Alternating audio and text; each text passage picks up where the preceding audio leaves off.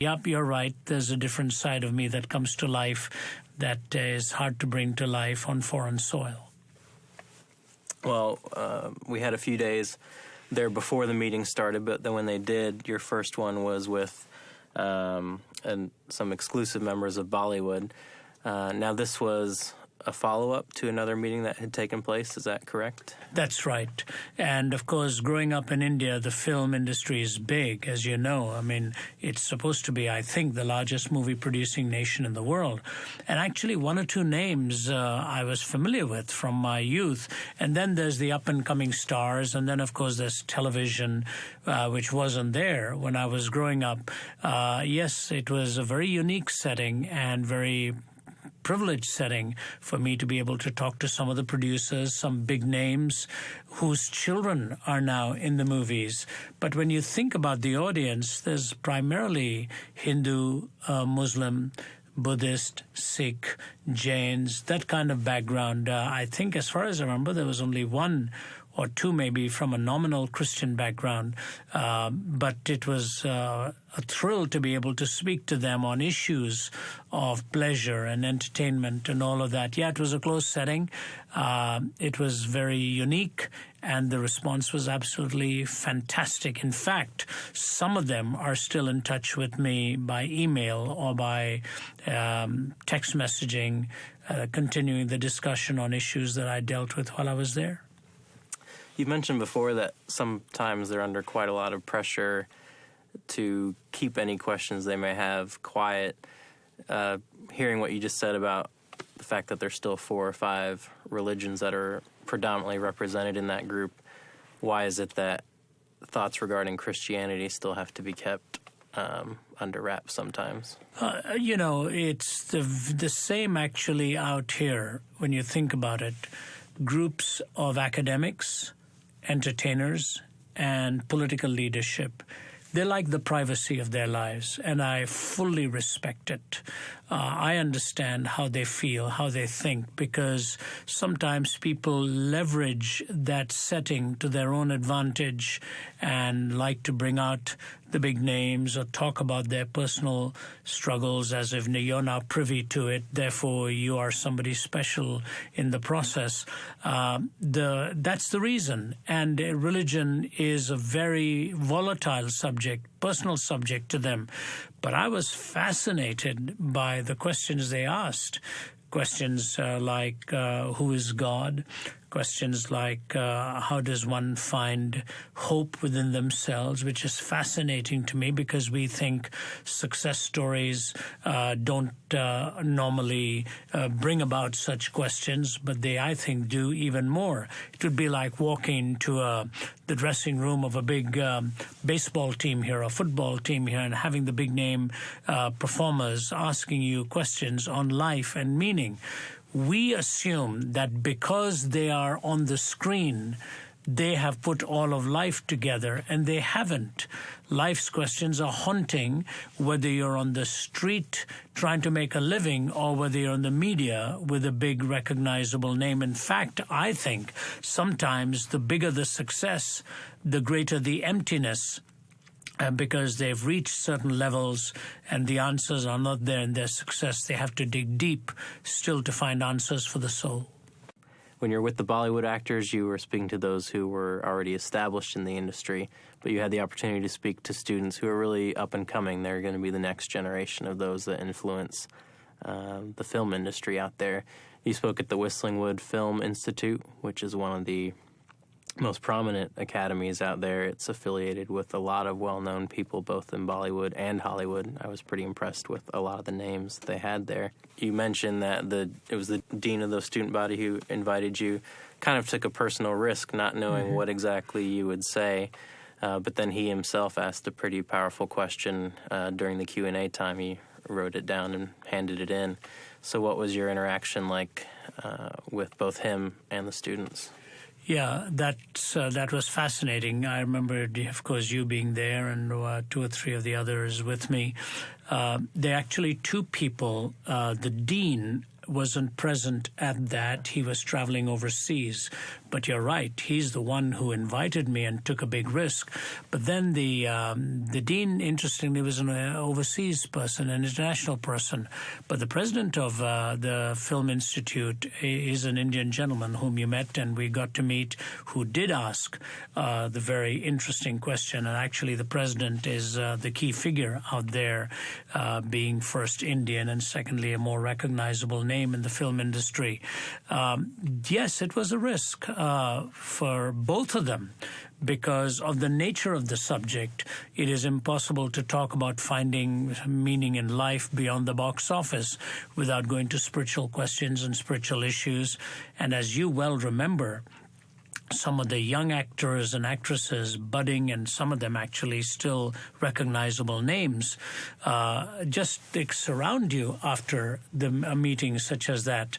To address the issue of life beyond the box office is the subject they assigned. I didn't select that.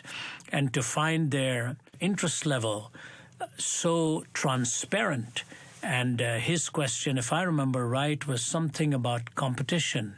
Is competition a legitimate thing, or does it end up exacting a heavier price from the one who is not at the top over against the one who is the big name? I thought it was a fascinating question, and on my feet to try to answer that was actually that was the first time I had a question such as that. Great to be there, great to see the risk they took. And afterwards, the president of the institution said to me, can we have you back here for a week? And dealing with questions such as this, I was just very honored. And hopefully you recognize more of the names than I did, because it's more your world than mine now. But I appreciated the interaction we had afterwards, and the names that you could see involved, big names from the Hollywood scene and production scene who are involved in that. It's Asia's largest film institute, so that was fascinating to be invited there. And I know there was one gentleman there, we probably won't mention his name, but he is also very prominent in the industry, and at first said he would only be there for a few minutes, but ended up staying the whole time, and actually gave quite a good introduction, I thought, of you, mentioning to the students that what they believed would ultimately come through in their work. And of course he stayed the whole time and then came up and talked to you afterwards, and I've heard you say it a couple times, but he had quite a question for you that led to the discussion about coming back and doing more. Yeah, it's true. And again, one of the reasons I think, in all fairness to him, that maybe he was not quite sure. Interestingly enough, he had family members in the film industry at the Bollywood gathering who then told him he needed to be there. The Film Institute gathering, very prominent, one of the top names in Indian billing in the movie industry, and actually now internationally as well. But his comments were fascinating afterwards, and he stayed and took up about 20 to 25 minutes in personal discussion. You're right. And here was his comment, actually. His comment to me was, I was both inspired and disappointed by your talk. He's that kind of guy, very blunt. And he said inspired in that it was wonderful to hear the thoughts you were sharing, but disappointed in that I was hoping you'd get more to the issues of a personal search for meaning. Yeah, if I remember right, he said something like this. He said, what I struggle with inside personally was really not addressed in a talk such as this. So I looked at him and I said, and of course the president of the institute was standing next to him again because of his prominence. I said, yes, you're right. I didn't get to that issue. I said, because the nature of the subject was such that I didn't want to exploit the opportunity and get into the evil struggles within your heart and mine.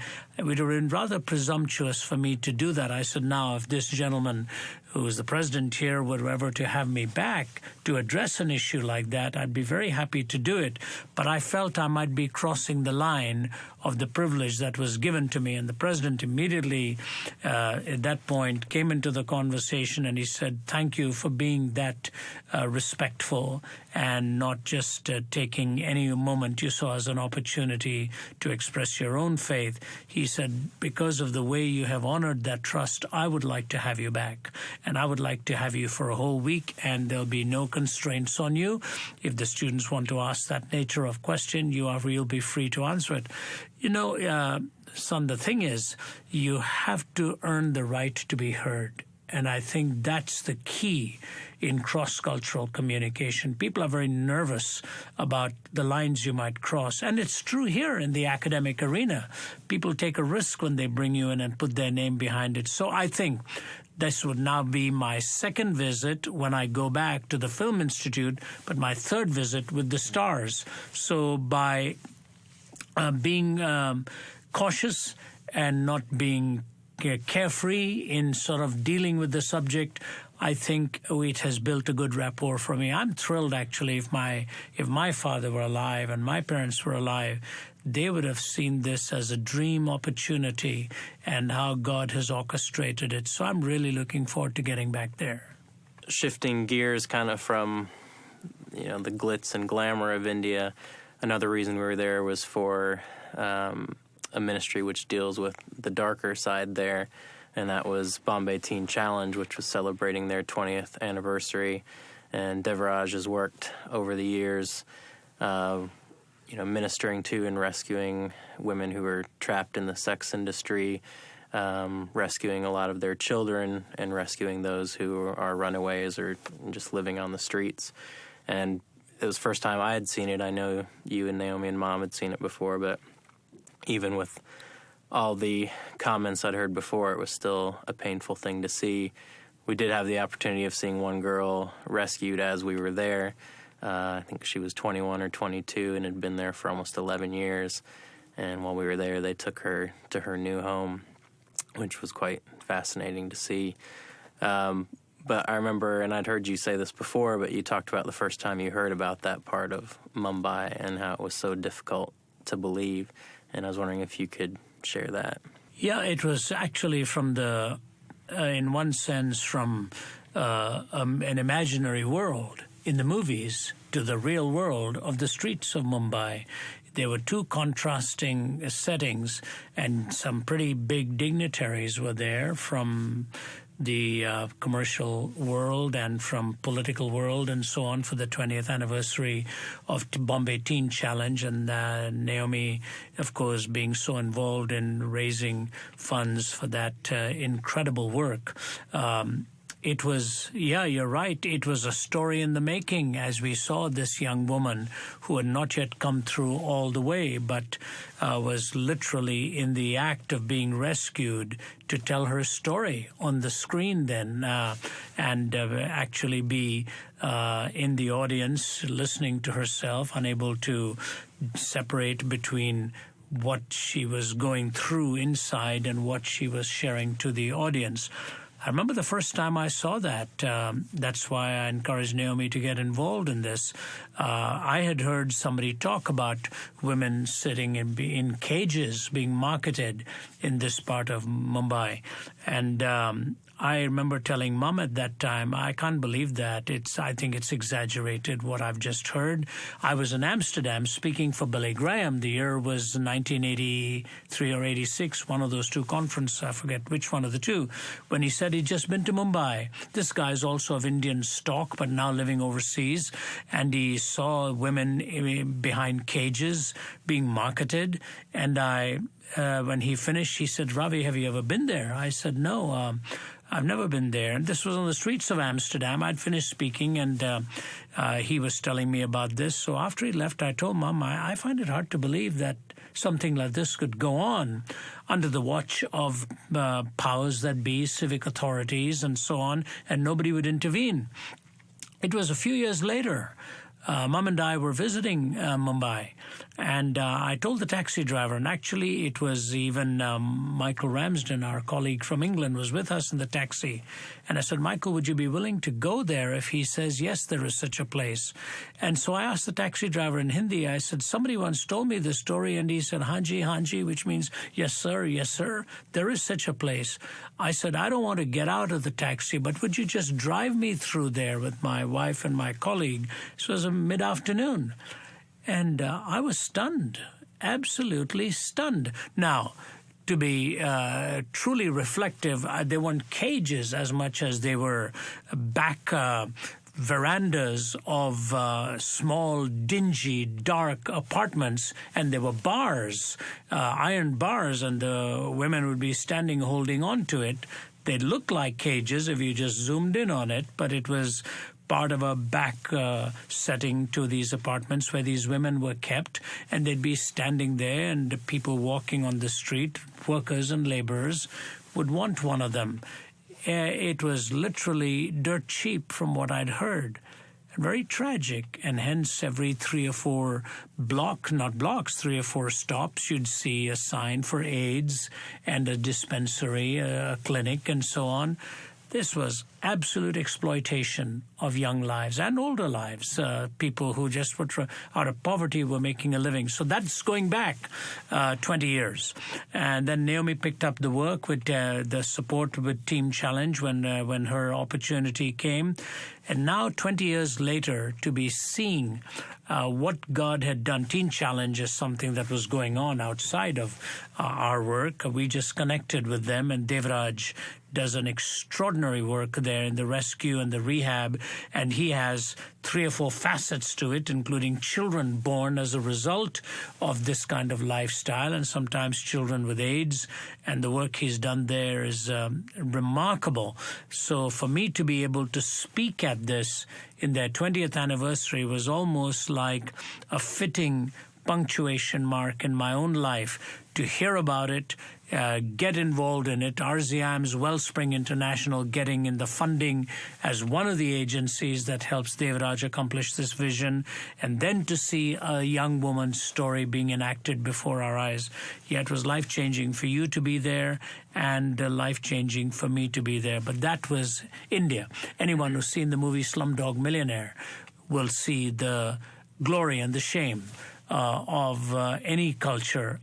India is just a typical example, goes on here as well in the U.S. But from Bollywood to the streets of Mumbai, it was 2 remarkably different settings, and to speak at it